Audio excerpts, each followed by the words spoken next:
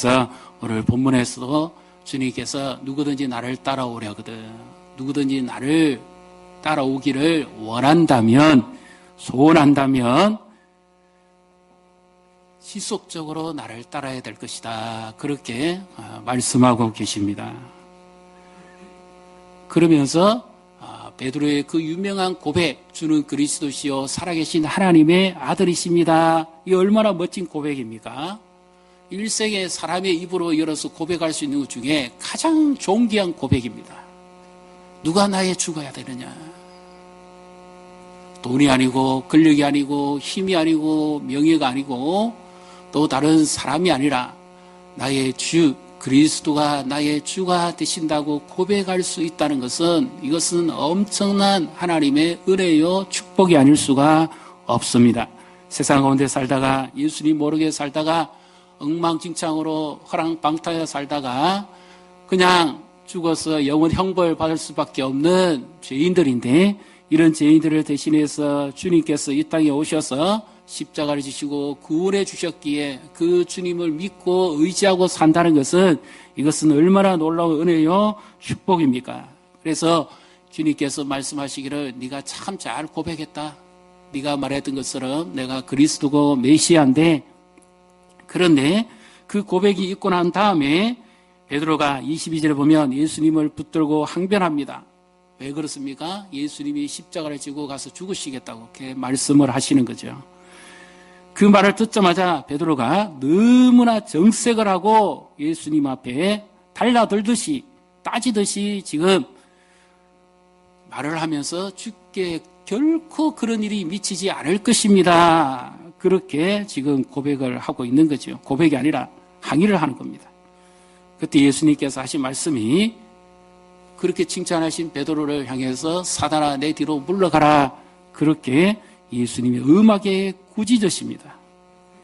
그러시고는 네가 사람의 일만 생각하고 하나님의 일을 생각하지 않는다. 누구든지 나를 따라오려거든 자기를 부인하고 자기 십자가를 지고 나를 쫓아올 것이니라, 그렇게 주님이 말씀을 하십니다. 그렇다면 주님을 따라가는 일에 있어서 이 베드로의 무엇이 잘못됐을까요? 주라고 고백했습니다. 나의 주라고, 나의 메시아라고, 그리스도라고 고백을 했습니다. 이것도 사람이 힘으로 할 수 있는 것이 아니고 성령이 아니고서는 아무도 예수를 주라고 할 수가 없습니다. 근데 이것이 성령의 지혜로 베드로가 이런 고백을 했습니다. 그렇다면 놀라운 일 아닙니까? 그런데 왜 예수님이 이 베드로를 야단을 치고 꾸짖습니까? 그리스도, 메시아는 우리가 구약 성경을 보십시오. 어떤 역할을 합니까? 메시아, 즉 하나님 말입니까? 그러면 모세 때는 홍해를 가르시고 마른 땅을 걷게 하시고, 엘리야 때는 하늘로부터 불과 비를 내리시는 분이고, 노아 때는 홍수로 심판하시는 분입니다. 그럼 메시아는 대적할 사람이 없어요. 메시아는 승리자입니다. 메시아는 감히 누구도 감당할 수가 없습니다. 그래서 베드로가 고백한 것처럼 메시아가 오시니까, 예수님이 메시아니까 이제는 모든 것에 있어서 막힌 것은 없는 것이고 오직 승리만 있다, 이렇게 다 믿고 의지하고 따라왔지요. 그래서 심지어 예수님이 예루살렘에 입성하시면, 예수님이 건자에 앉으시면 이제 심지어 요한과 야고보 같은 경우는 자기 어머니를 통해서 예수님의 오른쪽에 하나는 왼쪽에 이렇게 앉혀달라는 이런 바람까지도 있었습니다. 베드로는 내심 말은 안 했지만 그래도 수제자인데, 그래도 자기 나름대로 뭔가 기대치가 있었지 않겠습니까? 더군다나 모든 것을 다 버리고 3년이나 예수님을 따라왔으니까 거기에 대한 기대치가 얼마나 했겠습니까? 그런데 예수님께서 하신 말씀은 너무너무 놀라운 말씀입니다. 구약성경 전체를 다 찾아봐도요, 메시아가 스스로 고난받는 메시아는 안 나오는 거거든요. 물론 예수님의 출생과 탄생, 십자가에 죽으실 것과 부활하실 것, 이런 것에 대해서 말씀은 나오지만, 그들이 알고 있는, 그 당시에 이스라엘 백성들이 알고 있는 메시아는 결코 죽으시면 안 됩니다. 메시아는 고난받으셔도 안 됩니다. 메시아는 무조건 승리자가 되고 무조건 성취자가 되고 메시아는 모든 압제와 고통에서 풀어주는 자가 되어야 되고 메시아는 한마디로 말하면 그들의 인생 문제를 해결해 주는 능력자가 되어야 됩니다. 그렇게 믿고 따라왔어요. 그런데 예수님이 이렇게 고백을 하는 것을 듣고는 너무너무 놀라죠. 그러면 무엇 때문에 예수님이 이와 같은 책망을 하셨을까요? 이 말씀의 의미가 23절에 보시면 바로 이와 같은 의미가 있습니다. 23절을 우리 같이 읽습니다. 예수께서 돌이키시며 베드로에게 이르시되 사단아 내 뒤로 물러가라. 너는 나를 넘어지게 하는 자로다.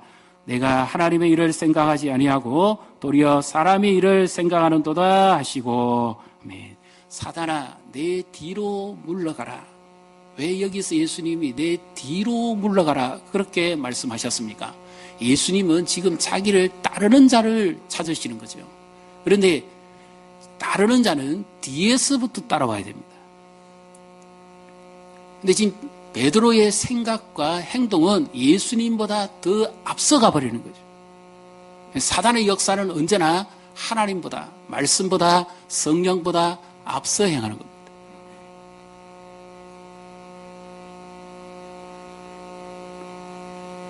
그래서 유명한 중국의 선교사 한 사람은 늘 기도보다 성령보다 앞서지 않게 해주십시오. 이 말의 의미는 오늘 본문의 말씀과 연결시켜보면 주님을 따라가게 해주십시오. 그 말씀이죠. 우리는 주님을 따라가고 있습니까? 우리는 주님과 동행하고 있습니까? 내 뒤를 따르는 자. 주님 가신 길을 함께 걸어가는 자. 그 자가 진정한 주님을 따르는 자입니다. 지금 주님은 어디로 가십니까? 십자가를 향해서 가시는 거죠. 죽음을 향해서 가시는 길입니다. 그런데 베드로가 그렇게 하시면 안 된다는 거죠. 예수님이 이 땅에 오신 목적이 뭡니까? 잃어버린 자를 찾아 구원하시기 위함이고 자기 자신이 십자가의 죽으심으로 죄인들을 건지시기 위함인데 그 일을 하시면 안 된다는 거예요. 고난을 받으시면 안 된다는 겁니다. 왜 베드로가 이렇게 생각을 했을까요? 자기 자신에 대한 기대치가 너무 높았던 것이죠. 자, 이것은 자기 자신 안에 있는 욕망이 너무 컸습니다. 이제 예수님만 계시면 모든 것이 다 해결될 수 있는데 왜 예수님이 십자가에 죽으신다고 말씀하시는가? 도무지 믿어지지 아니했던 거죠. 그리고 그런 일이 실상 일어난다면 어떤 일이 벌어지겠어요? 자기는 전부 다 절망에 빠집니다. 메시아가 죽는다는 것도 인정할 수가 없을 뿐만 아니라 메시아가 만약에 예수님 말씀하신 대로 십자가에서 죽으시면은 자기가 지금까지 생각하고 바랬던 모든 것은 헛된 것이 되어버립니다. 그래서 결코 주님께 이런 일이 있어서는 안 됩니다. 항의하지요. 그런데 주님께서 놀라운 말씀을 하십니다. 이 말씀은 자칫 잘못하면 윤리적으로 들릴 수도 있는데요. 여기서 우리는 진리를 찾아야 됩니다. 자, 24절을 보겠습니다. 24절 같이 읽습니다. 이에 예수께서 제자들에게 이르시되 누구든지 나를 따라오려 하거든 자기를 부인하고 자기 십자가를 지고 나를 따를 것이니라. 아멘.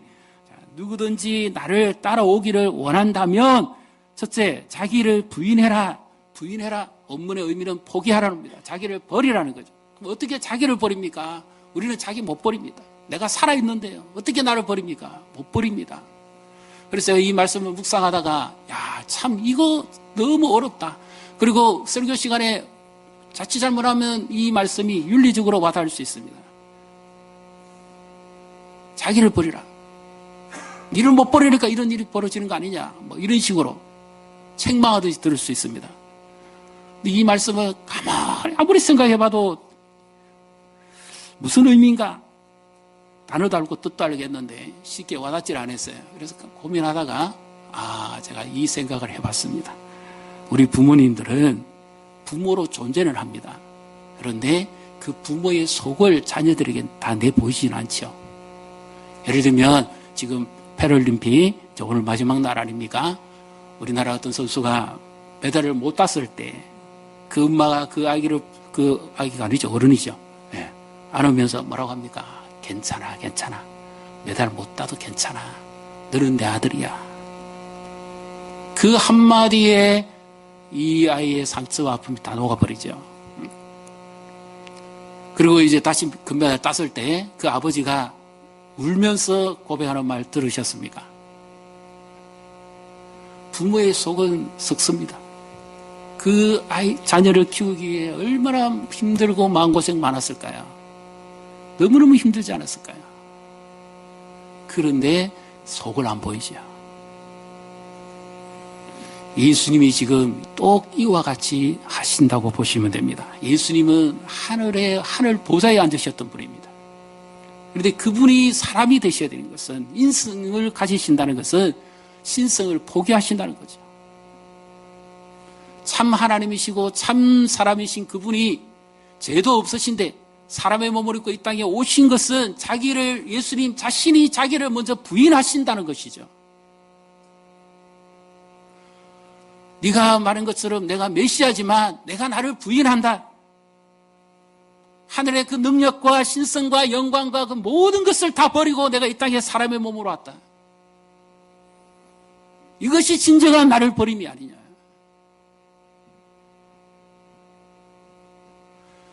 그 이유는 뭐지요? 저와 우리 성도님들을 사랑하셨기 때문에 예수님이 사람의 모습으로 오신 줄로 믿습니다. 그래서 진정한 부인은 언제 이루어질까요? 주님을 사랑할 때 우리도 부인할 수 있습니다. 그래서 베드로는 주님을 사랑하기보다는 여전히 아직까지 그 생각과 바람은 세상을 사랑했던 거죠. 그래서 그 생각 속에 사단의 역사가 나타났던 겁니다. 그러나 예수님은 내가 너희를 사랑해서 이와 같이 되지 않았니? 너희와 같이 되지 않았니? 내가 너를 지금도 사랑하지 않니? 진정으로 사랑할 때 우리 부모는 자녀를 위해서 자기를 내려놓을 수가 있죠. 다들 너무 좋아하신다 그래서 저는 TV를 직접적으로 보지는 못합니다. 그래서 인터넷에 어떤 장면을 한번 봤습니다. 거기에 이 부모의 모습이 딱 그려지더라고요. 마지막이라고 해서 나오대요. 황금빛 내 인생이라고. 다들 보시는가 봐요. 거기에 우리 아버지의 참된 모습을 보여주는 분이 나오죠. 아낌없이 죽어가는 나무와 같은 그 한 사람이 나오지 않습니까? 자기의 그 말기암의 신체를 가졌음에도 불구하고 자녀의 어려운 문제를 해결하기 위해서 때로는 남에게 구박도 당하고 매도 맞고 질타도 당하고 그런 억울한 일 가운데서도 끝까지 그 딸아이의 바람을 위해서, 성공을 위해서 자기 자신이 그냥 자기의 본 모습을 전혀 드러내지 않고 그렇게 일을 다 마치죠. 그리고는 자기가 가지고 있는 모든 것을 다 남겨주고 가지 않습니까? 이것이 바로 예수님의 사랑의 모습으로 본다면 예수님은 하늘의 보좌를 부리시고 몰패, 하나님과 동등하신 분임에도 불구하고 예수님은 스스로 그렇게 하시기를 원하지 않으시고 나와 같은 사람이 되셔서 사람으로서 우리를 사랑하시고 죄인을 대신해서 예수님이 십자가에서 죽으시는 거죠. 그것은 바로 우리를 사랑하셨기 때문이고 동시에 이 십자가는 예수님에게 있는 것이 아니라 예수님을 주로 믿고 따라가는 우리에게도 우리의 십자가가 있다는 거죠. 그렇다면 우리가 언제 예수님을 주로 믿고 고백하면서 우리 자신을 부인할 수 있을까요? 그것은 진정 주님의 사랑을 깨달을 때만 우리가 내 자신을 내려놓을 수가 있죠. 부모가 자녀를 사랑하면 자기 모든 것을 다 내려놓습니다.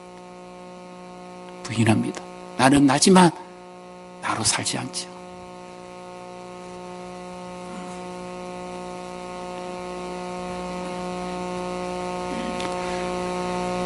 그래서 예수님을 사랑하는 사람, 베드로야, 내가 너를 이렇게 사랑하는데 내 사랑만으로는 만족하지 못하겠냐? 이제 이렇게 좀 살아가 줄 수는 없겠느냐? 신앙의 고백은 멋졌습니다. 네, 그에게 부족한 것은 바로 이거였습니다. 오늘 주님이 우리에게 바라신다면 무엇을 원하실까요? 주로 고백하고 주를 믿고 의지하고 따라갑니다. 그런데 우리도 모르게 한 번씩 우리 자신을 내려놓지 못할 때가 있잖아요. 우리 주님보다 다른 것을 더 사랑할 때 우리도 세상 앞에서 머뭇거리기도 하지 않습니까?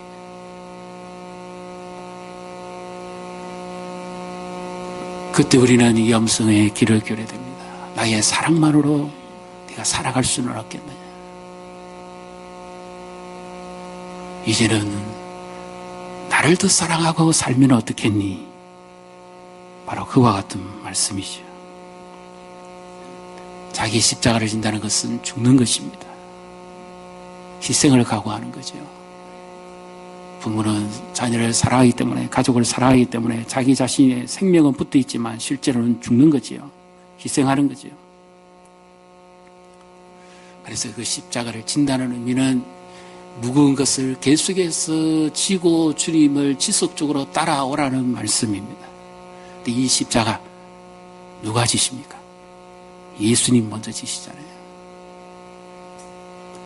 부인하실 뿐만 아니라 자신이 먼저 십자가를 지시고 죽기까지 하시지 않습니다. 그래서 우리에게 이 십자가를 지고 따라오라고 하시는 거죠. 그 주님이 십자가를 지시지 않으면 우리가 우리 십자가를 진들 무슨 의미가 있습니까? 아무 의미 없습니다. 우리에게 주신 십자가가 뭡니까? 주님을 따라가는 데 있어서 내가 져야 될 십자가. 이렇게 물으시면 어떤 분은 내 남편이 십자가입니다. 내 아내가 십자가입니다. 내 자식이 십자가입니다. 얼마든지 우리는 그렇게 말할 수 있습니다. 그것도 한 종류에 해당할 수 있겠지요. 또 우리 사역의 십자가일 수도 있습니다. 내가 맡고 있는 직분이 십자가일 수도 있습니다. 그 무거운 거거든요. 가볍지 않습니다. 희생 없이는 감당할 수 없기 때문이죠. 근데 정말 내가 져야 될 십자가가 있죠. 그것이 뭡니까? 내 자신이죠. 내 자신이 언제 죽습니까? 십자가에서 못 박혀야 됩니다. 갈라디아서 2장 20절에 내가 그리스도와 함께 십자가에 못 박혀 죽었나니 그런지 이제 내가 사는 것이 아니라 오직 내 속에 그리스도께서 사신 것이라. 이제 내가 육체 가운데 사는 것은 나를 사랑하사 자기 몸을 버리신 하나님의 아들을 믿는 믿음 안에서 사는 것이니라. 믿습니까? 내 육체로 존재합니다. 그런데 내가 사는 것은 하나님의 아들을 믿는 믿음 안에서 사는 것이고 그것은 주님이 나를 그만큼 사랑하셨기 때문에 사는 거지요. 그러면 내 십자가는 어떻게 지고 따라갈 수 있습니까? 사랑할 때 따라가죠. 사랑할 때 희생합니다. 사랑하지 않으면 희생 못해요. 교회를 사랑하는 분은 교회를 위해 희생합니다. 예수님을 사랑하는 분은 예수님을 위해 희생하고 따라갑니다. 십자가를 집니다. 그런데 이 십자가를 우리 힘으로 질 수 있습니까? 못 집니다. 이 십자가에는 놀라운 비밀이 있어요. 십자가는 앞부분은 고통이고 힘듦이고 어려움입니다.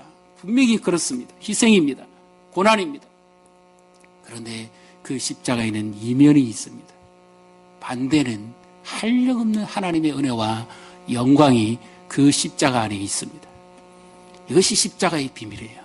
지금 무거운 십자가를 지고 계세요. 그거 놓지 마십시오. 이것이 나를 힘들게 하는 것 같고 나의 고통이 되는 것 같고 어지럽게 하는 것 같지만 그것이 나를 살리는 길입니다. 예수님이 계속해서 말씀하시죠. 25절에 보십시오. 25절을 같이 읽습니다. 누구든지 제 목숨을 구원하고자 하면 잃을 것이요 누구든지 나를 위하여 제 목숨을 잃으면 찾으리라. 아멘. 자, 제 목숨을 구원하고자 하는 자는 잃게 될 것이고 또 잃는 자는 찾게 될 것이다. 이것은 완전히 역설입니다. 아니 목숨은 그리 귀중한 것인데 한번 잃어버리면 끝나버리는 거지 그것을 어떻게 되찾는단 말입니까? 찾을 수 없지요. 다른 거는 돈은 잃어버려도 찾을 수 있습니다. 기회도 잃어버려도 찾을 수 있습니다. 건강도 잃어버려도 다시 찾을 수 있습니다. 그러나 목숨은 잃어버리면 그거로 끝입니다. 그런데 예수님이 왜 이런 말씀을 하십니까? 이것도 역시 우리에게 하셨다기보다는 예수님 자신에게 먼저 하시는 말씀이죠. 어떻게 해요? 예수님이 십자가에 지시고 죽으시는 것은 자기를 잃어버리는 겁니다. 자기 생명을 잃으시는 거죠. 그런데 그 예수님이 십자가를 지시고 죽으심으로 말미암아서 수많은 사람들이 주님께로 돌아와서 구원받는 줄로 믿습니다. 그래서 자신은 죽었지만 그 열매는 엄청나게 나타나는 거죠. 바로 이것이 십자가의 능력입니다. 내가 십자가를 지고 죽을 때 주님이 그 십자가 위에서 나와 함께 계시다는 것을 믿으시기를 바랍니다. 이 십자가 내 힘으로 못 져요. 주님 주시는 힘으로 지고 갈 수가 있는 거죠. 패럴림픽뿐만 아니라 저는 또 개적으로 아는 분이 있습니다. 그 아들은 어렸을 때부터 뇌를 다쳐서 정상적으로 자라지 못하는 분입니다. 그리고 자라면서 통풍도 생기고 허리도 병들고 제대로 걷지도 못하고 말을 아주 그 단어 중에 한두 단어만 겨우 말할 수 있고 그 외에는 어머니의 통역이 없이는 도무지 불가능한 사람이 있어요. 그 어머니의 그 무거운 십자가가 얼마나 고달프고 힘들겠어요. 얼마나 힘들겠습니까? 그 속이 얼마나 터지겠습니까? 뭐라고 말을 못하죠. 그런데 그 어머니가 70 넘어서 예수를 믿고 고백합니다. 뭐라고 고백하는가 하면 내 인생의 가장 짐이고 힘듦이고 아픔이었는데 이제 와서 돌아보니까 이 짐이 나를 살렸다는 거죠. 이제 와서 돌아보니까 이 십자가가 나를 살렸습니다. 만약에 그렇지 않았다면 그는 예수님을 만나지 못했을 것이고요. 만약에 그 아들이 승하거나 이렇게 했다면 세상에 나가서 살다가 한순간에 잿더미가 되는 거죠. 그래서 이 아들 때문에 그렇게 힘들고 지난 시절 살아오고 힘들게 힘겹게 살아왔는데 그 아들의 십자가 때문에 자기가 진 이 십자가 때문에 자기가 오히려 예수님을 만났고 구원받았고 이 아들이 때문에 자기가 오히려 이 기쁨을 누린다는 것입니다. 십자가는 고난이고 고통이고 희생입니다. 그러나 그 반대는 능력과 영광이 있습니다. 주를 위해 십자가를 지고 계십니까? 힘듭니다. 내게 주신 십자가 감당하기 내 힘으로 버겁을 때도 있습니다. 그러나 그 반대편에요. 주님께서 내게 주실 영광도 있고 능력도 있고 기쁨도 충만하게 되는 줄로 믿습니다. 우리 힘으로는 못 져요. 그래서 십자가를 지고 가는 자에게는 주께서 신비한 힘을 주십니다. 십자가에 놀라운 능력이 나타나는 거죠.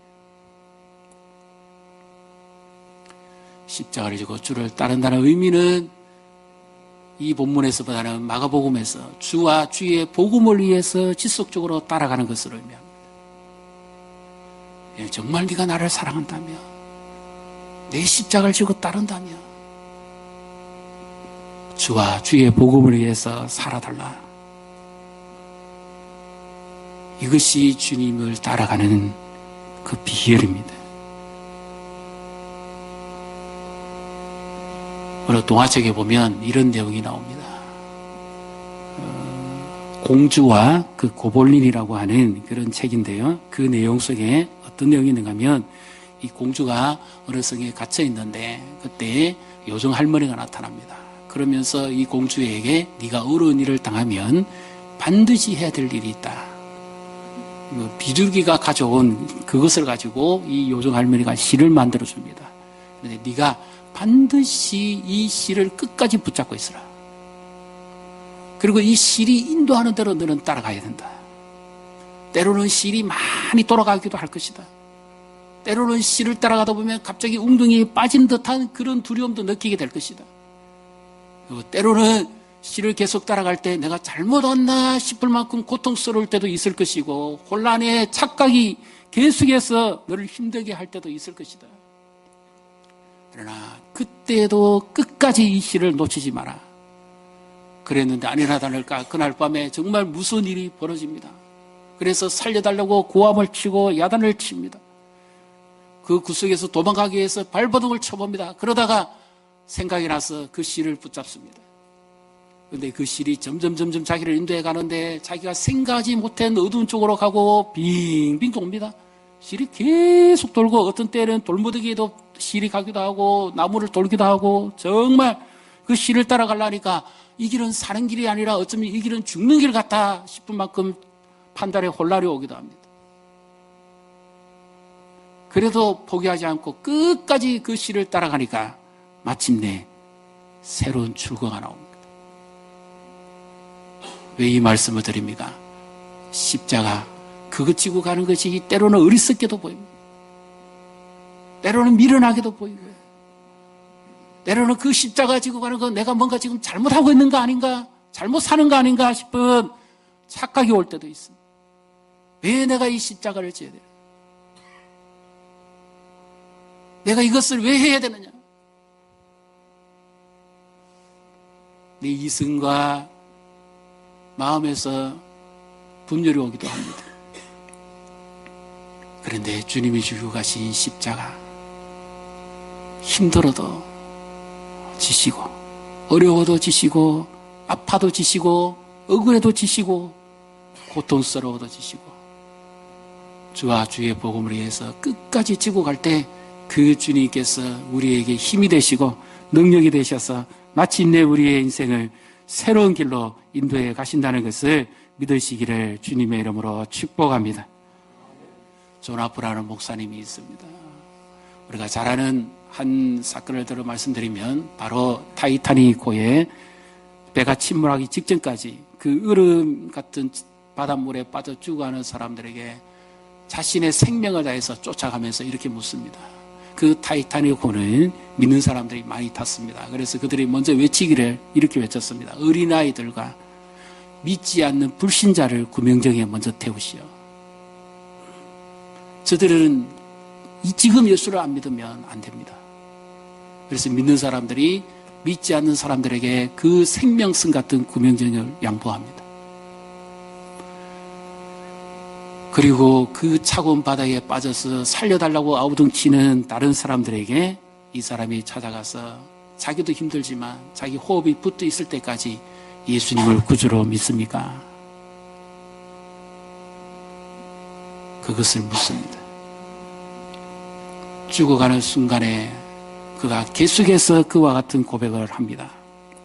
그래서 그 얼음 바다에서 건진 사람이 상당합니다.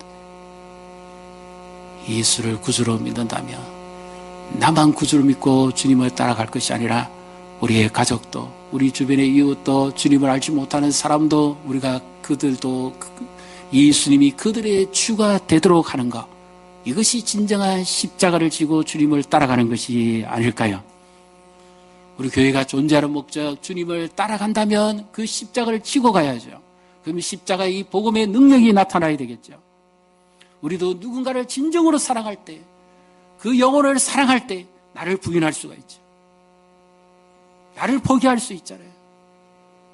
때로는 내가 내 자존심까지 구겨가면서 이렇게 해야 될 이유가 뭐 있냐 생각해 볼 수도 있습니다. 정말 내게 십자가 되고 무거운 짐이 될 수도 있습니다. 그러나 우리보다 앞서가신 분이 계시죠. 자신의 모든 것을 다 내어주시고 자신을 전적으로 부인하시고 자기 자신을 죽음에 내놓으시면서 죄인들을 향한 하나님의 용서를 선언하신 분, 바로 그 예수님 때문이죠. 우리가 십자가를 져야 되면 뭐 때문입니까? 그 예수님을 진정으로 따른다며, 예수님을 진정으로 사랑한다며, 이 예수님을 지속적으로 따라가기를 원하신다면 이제 우리가 이 주님의 사랑을 전하고 실천하고 또 이렇게 그 주님의 사랑 아래서 우리가 지역을 돌보고 죽어가는 영혼들을 살려내는 이 일을 우리가 지속적으로 행할 때 우리가 더 주님의 사랑받는 자로 살아가게 되는 줄로 믿습니다. 어떤 분은 이런 분이 있을 거예요. 나는 아직 우리 가족도 구원 못했는데요. 우리가 어떻게 구원합니까? 생각이 잘못됐습니다. 절대 내가 구원 못합니다. 하나님이 해주셔야 돼요. 그래서 나는 내 가족을 못하기 때문에 하나님, 나는 정말 그렇게도 바랍니다. 그러나 내 가족을 구원해 주실 분은 주밖에 없습니다. 그래서 나는 내 주변의 사람들에게 내가 주의 복음을 전하고 주님을 따라가겠습니다. 그러니 주님은 내 가족을 구원해 주시고 내 가족을 책임져 주시고 내 가족을 붙들어 주시고 그들이 주님 앞에 나와서 그들이 지금 얼음바다에 빠져서 죽어가는 그 영혼들, 이제 곧 물속에 잠기기만 하면 바로 죽음을 당하는 영적인 죽음에 빠져있는 그 영혼들을 건져주시기를 그래서 주님만 의지하고 믿음으로 따라갈 때 주님께서 이와 같은 놀라운 은혜가 우리 가운데 임하게 될 줄로 믿습니다.